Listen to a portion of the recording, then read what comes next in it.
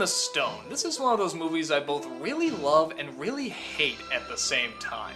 Well, maybe hate's too strong a word, but there's definitely an annoyance to it. Okay, let's talk about the good stuff. These are very memorable characters. Arthur is a naive, innocent boy, and Merlin is sort of this weird, eccentric wizard who's trying to teach him knowledge and wisdom. It's sort of nice having a film about Arthur that doesn't dive right into the sword battles and such, but instead into the philosophies of, well, being a good king. I like how we dive into the education, I like how we dive into him learning everything.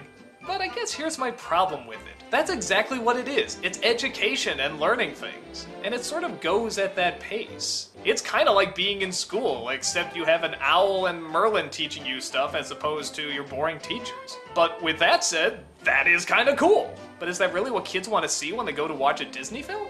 For me as a kid, I did find myself watching it a lot. Maybe because there was such a laid-back tone to it. I mean, yeah, Arthur becomes a bird, he becomes a fish, he becomes a squirrel, and that's always great for kids. But nothing truly exciting happens until the last third, when we get our villain, Mad Madam Mim. And even then, she's more of a side character than the main villain, though she is a lot of fun. And that Wizard's Duel, that whole scene was awesome. I used to watch that over and over when I was younger. It's creative, and it's just got some great slapstick. What's going on here? You big blimp! When I got older and I saw that the film was in the video store, I said, you know what? I do remember that movie leaving a big impact on me. Maybe I should watch it again. But when I saw it again, I actually found it a little more boring than I remember. The animation's not really spectacular, and neither's really the backgrounds. And I found I wasn't really learning that much. It's got its good scenes, but I don't know if it really gels as well as it wants it to.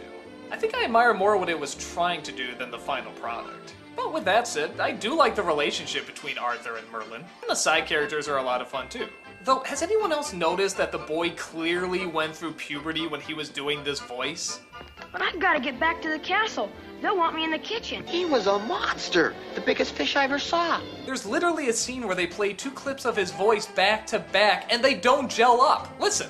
Oh, Sir Actor. Whoa, what? Whoa! It sounds like 2 different kids. But oh well. The film is a bit of a mixed bag, but I am glad I saw it when I was younger. And I guess I'm glad I saw it when I was older too. There's a lot of creativity, and like I said, I think it was kind of neat that they took this very laid-back tone. But sometimes I think it works to its disadvantage.